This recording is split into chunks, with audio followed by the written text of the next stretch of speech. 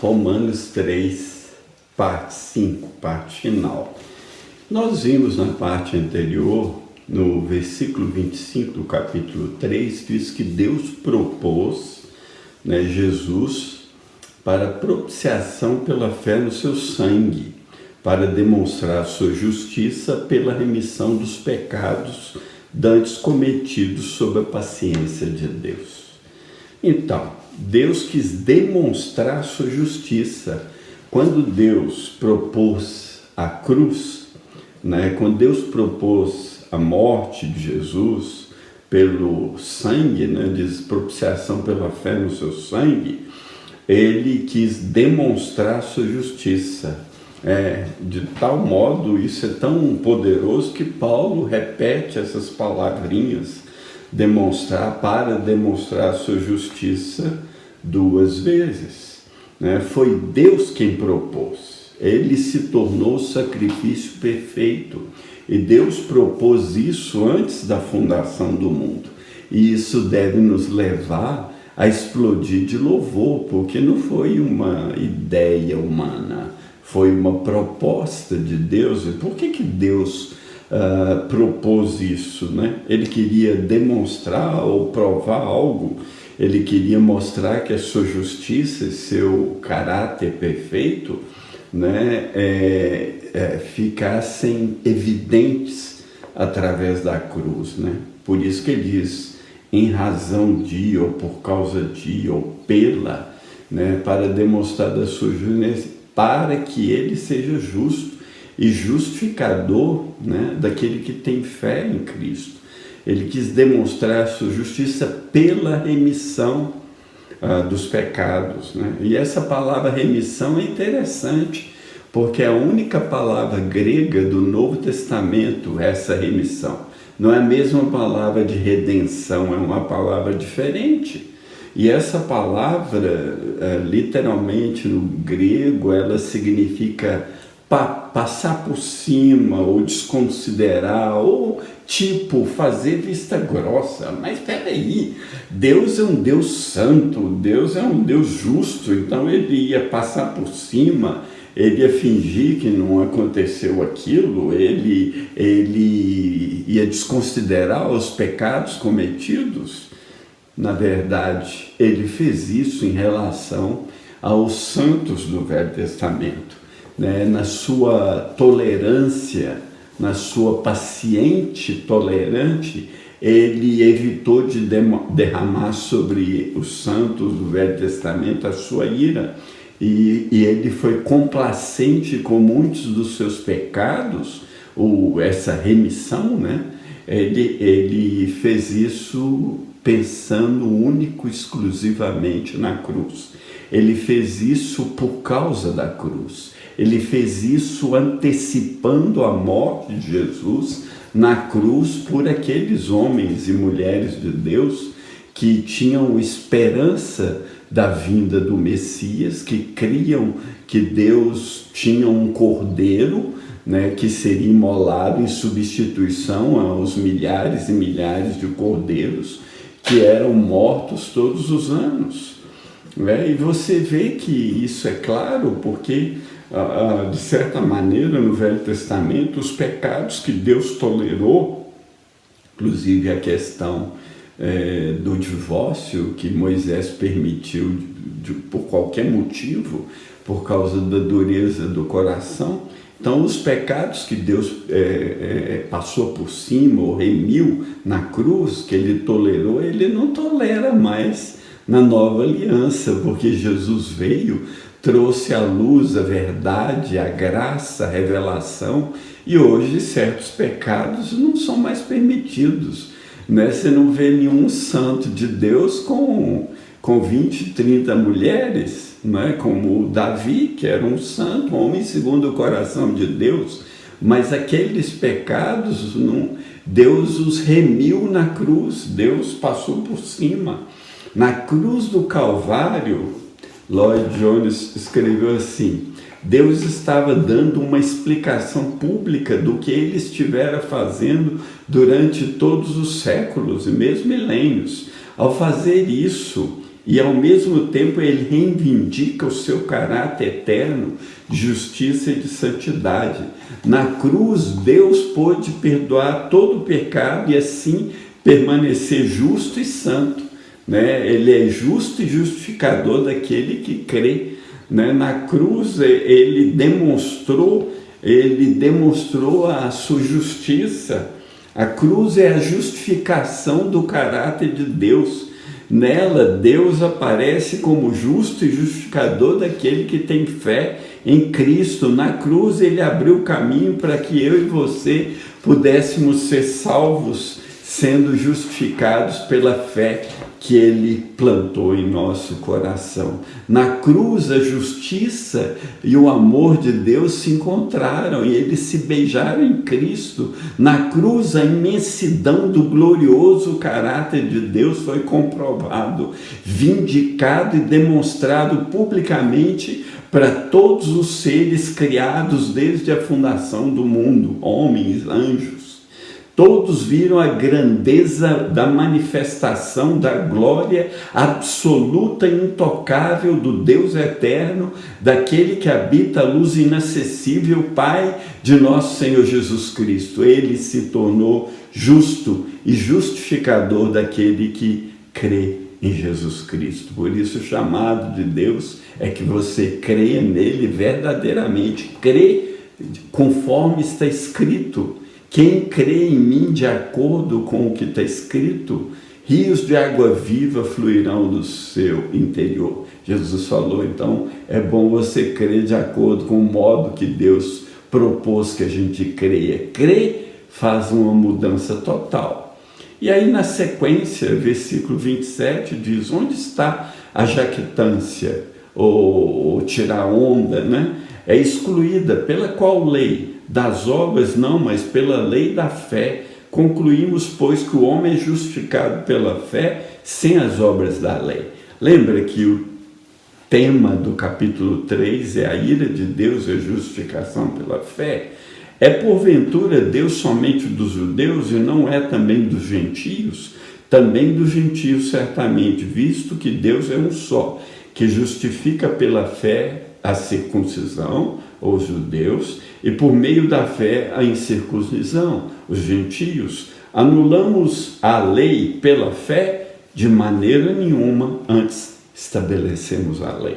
Podemos deduzir que o plano maravilhoso de Deus, esse plano tremendo de salvação, tem alguns pontos. Primeiro, ninguém pode se gloriar. Ninguém pode ter jactância, porque eu fiz tudo certo, eu sou bonzinho. Os judeus teriam a tendência a se gloriar porque eles andavam na lei, porque eles tinham a lei, porque eles tinham os oráculos de Deus que nenhum povo além deles teve.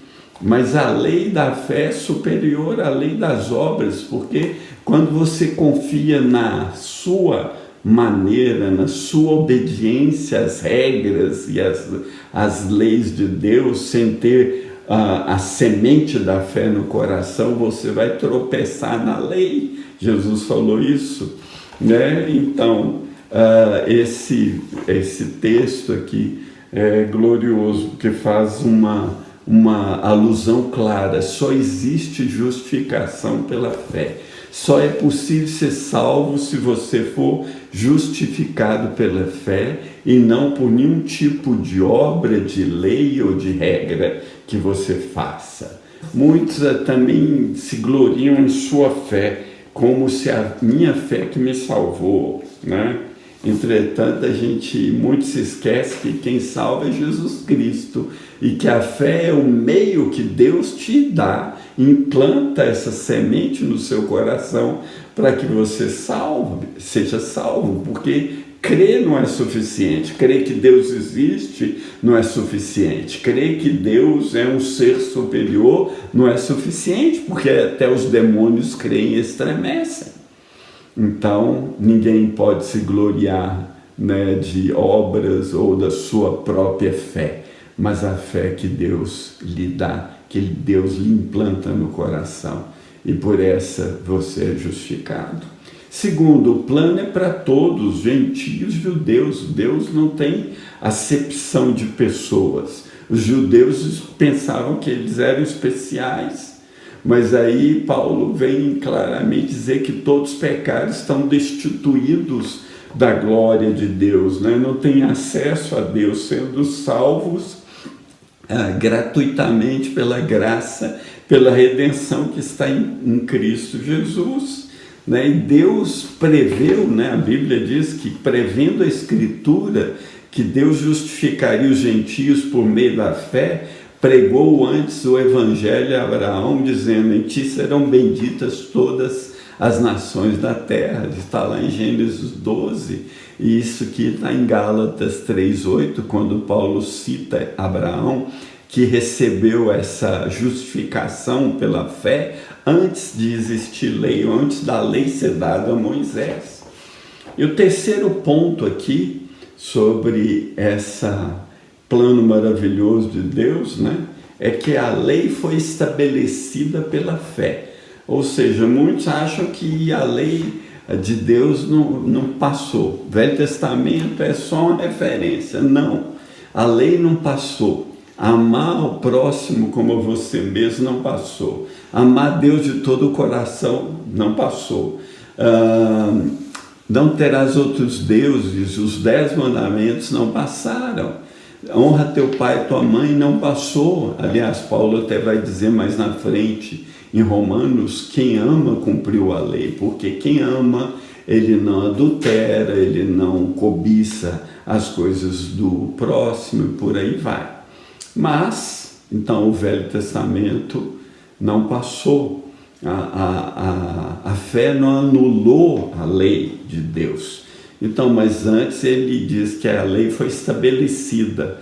Quando Jesus veio ao mundo, ele diz: não cuideis que vim destruir a lei e os profetas. Não vim destruir, mas cumprir. Porque em verdade vos digo que até que o céu e a terra passem, nem um jota, um tio jamais passará da lei, sem que tudo seja cumprido. Ou seja, Deus, em Cristo Jesus, honrou a lei de Deus obedecendo-a. Ele cumpriu toda a justiça de Deus, como ele falou para João Batista no seu batismo. Como a lei, ela exigia a punição do pecador, Jesus honrou a lei se fazendo o Cordeiro de Deus, né, para morrer na cruz e honrar e assumir a culpa do pecador. E logo assim ele estava estabelecendo a lei, honrando a lei. A lei revelava, né, a santidade e justiça de Deus. E Jesus vai, como está escrito na lei, confirmar que sede santos, porque eu, Senhor, seu Deus, sou santo. E essa norma da lei continua valendo, né? A lei falava de bênção e maldição. E hoje você tem bênção em Cristo e maldição fora de Cristo. O plano de Deus, então, ele honra e confirma tudo que a lei diz sobre o pecado e sobre a pecaminosidade do homem. Só a cruz pode salvar o homem perdido. Só a morte de Jesus na cruz pode nos salvar. E isso honrou a lei. Na cruz, Jesus, então, ele honrou a lei, cumprindo todas as cerimônias dos sacrifícios dos animais. E aí agora não existe mais sacrifício de animal. Então, a lei nesse sentido cerimonial passou ou foi terminada em Cristo, porque Cristo a terminou com sua morte. A lei, ela é espiritual e demanda que o homem tenha um relacionamento perfeito com Deus, amando a Ele, glorificando a Ele, e isso só é possível se o homem estiver em Cristo.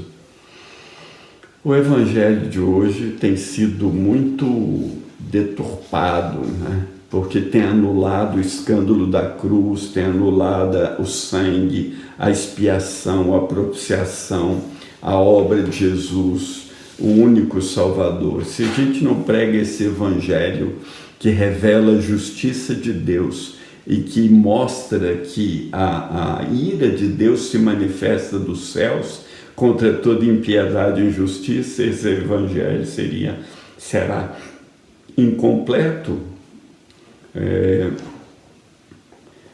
Tem um livro muito bom que eu quero citar, diz O Maior Segredo do Inferno, escrito por Ray Comfort, editado pela editora Atos, que ele usa a lei de Deus para evangelizar. Isso é muito interessante, uma grande referência.